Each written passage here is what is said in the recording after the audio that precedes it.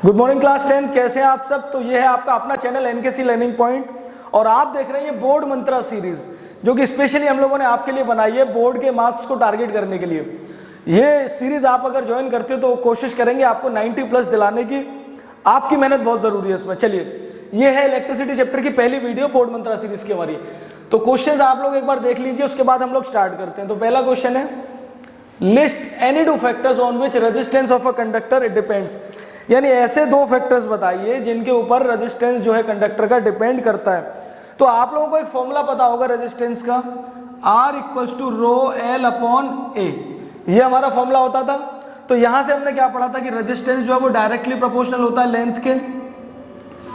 किसी भी वायर में या किसी भी कंडक्टर में अगर कुछ रेजिस्टेंस है तो वो डायरेक्टली प्रोपोर्शनल होता था लेंथ के और इनवर्सली प्रोपोर्शनल होता था एरिया ऑफ क्रॉस सेक्शन के।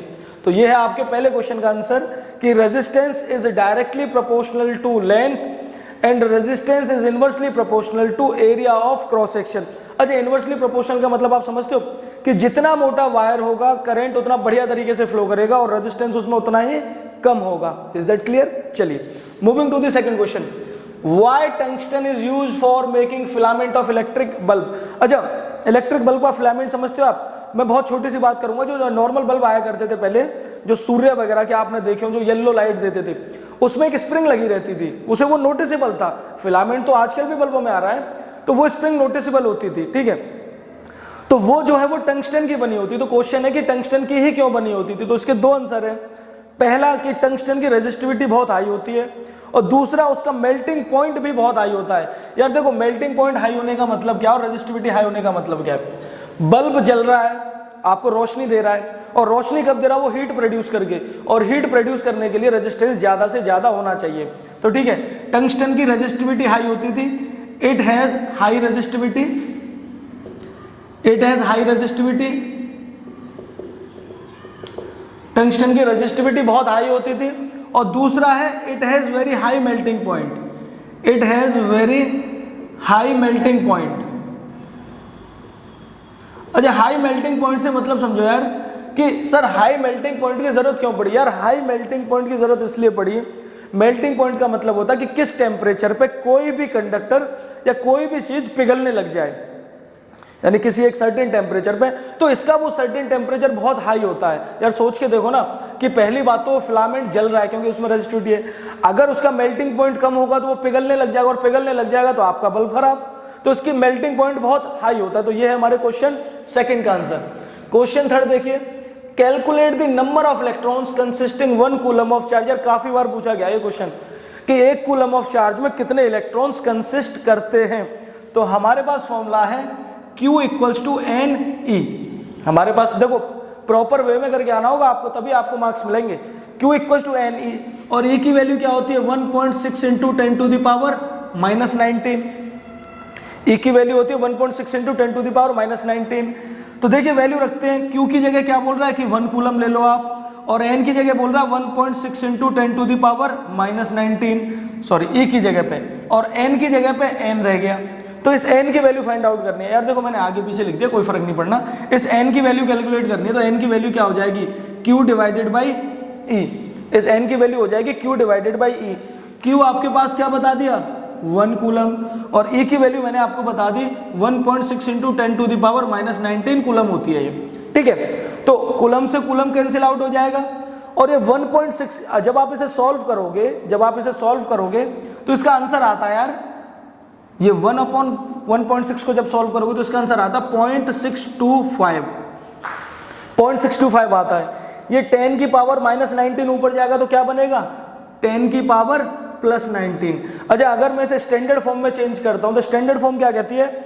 एक डिजिट के बाद पॉइंट। तो अगर पॉइंट को एक राइट में शिफ्ट करोगे तो एक पावर कम हो जाएगी यहां से। तो बिल्कुल से इसका आंसर आता है 6.25 इंटू 10 टू द पावर 18, यानी 1 कूलम ऑफ चार्ज में इतने इलेक्ट्रॉन्स होते हैं। तो इज दैट क्लियर? तो ये अच्छा क्वेश्चन है आपका बोर्ड के लिए। चलिए, moving to the next question, instrument used for measuring electric current. कि इलेक्ट्रिक करंट को किस इंस्ट्रूमेंट से मेजर करते हो? तो इसका आंसर है यार एमीटर। इसका आंसर को देखो फिलअप की फॉर्म में भी आ सकते हैं क्वेश्चंस आपके। 1 मार्क्स क्वेश्चन किस किस तरीके से आ सकते हैं? ट्रू फॉल्स की फॉर्म में आ सकता है, 1 वर्ड क्वेश्चन की फॉर्म में आ सकता है, वन वर्ड मतलब छोटा सा न्यूमेरिकल की फॉर्म में आ सकता है जैसे कि ये था, और या फिर आपका फिलिप्स की फॉर्म में आ सकता है। और लास्ट ऑप्शन बनता है कि चूज फ्रॉम अबव, यानी 4 ऑप्शंस दिए जाएंगे, उसमें से एक सही होगा आपका और वो आपको टिक करना होगा। तो ये दिमाग में बिठा लेना कि 1 मार्क्स के क्वेश्चन किसी भी पैटर्न में आ सकता है। अच्छा, एक और बनता है आपका असर्शन एंड रीजन, उसकी मैं कंटिन्यूटी में एक सीरीज स्टार्ट करूंगा, क्योंकि वो आपके 3 से 4 क्वेश्चंस आने हैं बोर्ड में और वो आपको परेशान करेंगे वरना। तो instrument use for electric current है आपका एमीटर, एमीटर यूज करते हैं। चलिए, तो ठीक है ये वाला क्वेश्चन। तो अगला क्वेश्चन है यार कि गैल्वेनोमीटर इज यूज्ड फॉर, फिर गैल्वेनोमीटर का यूज क्या है? तो यार यहाँ तो बहुत बड़ी कंफ्यूजन क्रिएट हो जाती है बच्चों में। तो आंसर है यार गैल्वेनोमीटर को भी करंट का मेजर करने के लिए ही यूज किया जाता है। तो अगर क्वेश्चन आपके पास आ जाए एग्जाम में गैल्वेनोमीटर इज यूज्ड फॉर, तो आंसर होगा measuring electric current, used for measuring electric current. यानी गैल्वेनोमीटर को जो आप यूज करोगे ना, वो किस चीज के लिए यूज करोगे? इलेक्ट्रिक करंट को मेजर करने के लिए। आई होप मेरी बात आपको समझ आई होगी।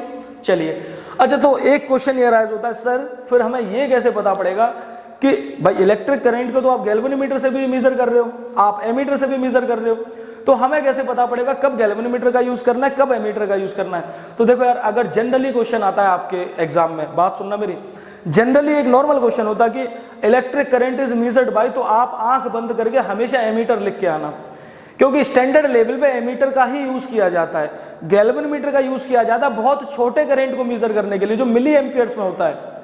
गैल्वेनोमीटर का यूज किया जाता है बहुत छोटे करंट को मेजर करने के लिए, जो मिली एम्पियर्स में होता है। तो बड़ा करंट जो मेजर किससे किया जाता है यार? एमीटर से। और हर किसी के घर में अच्छा खासा करंट आ रहा होता है, मिली एम्पियर्स में किसी के घर करंट नहीं होता। तो आई बात समझ में?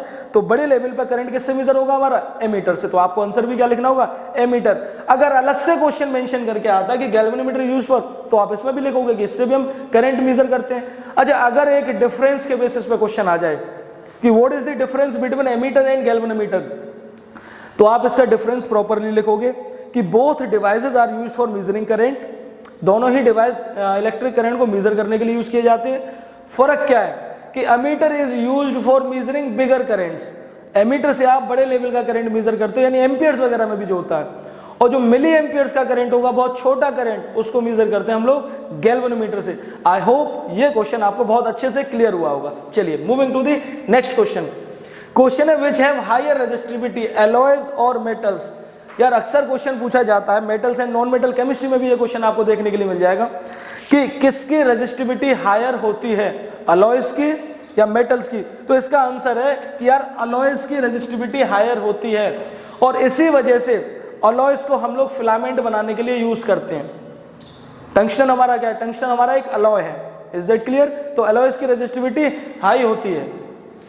क्वेश्चन है ऐसा यूनिट ऑफ रेजिस्टिविटी, कि रेजिस्टिविटी की ऐसा यूनिट क्या होती है? तो रेजिस्टिविटी की ऐसा यूनिट है यार ohm metre, ohm metre. Resistivity की ऐसा यूनिट होती है ओम मीटर, याद रखना। Is that clear? चलिए, moving to the next question. Power of lamp is 60 watt, find energy consumed in 1 second. एक लैंप है, लैंप जो घरों में स्टडी टेबल वगैरह पे लगी होती है, कुछ इस टाइप की रही होगी, वो 60 वॉट की पावर कंज्यूम करती है और उसे 1 सेकंड के लिए जलाया जा रहा है। तो पूछा है क्वेश्चन कि बताओ वो कितनी एनर्जी कंज्यूम करेगी।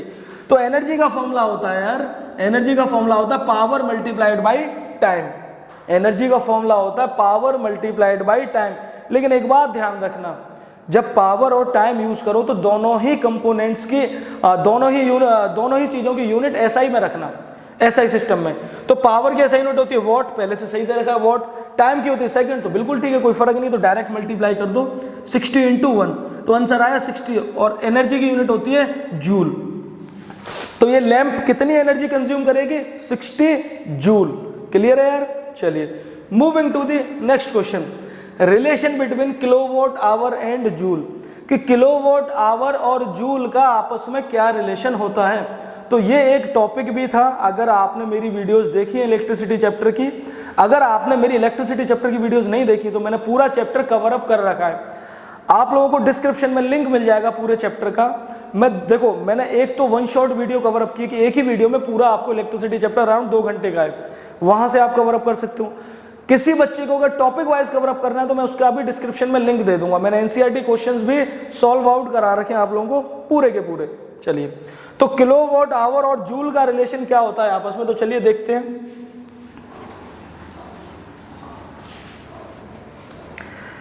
तो इसका आंसर है यार कि 1 किलोवाट आवर जो है किसके बराबर होता है, 3.6 इंटू 10⁻6 जूल।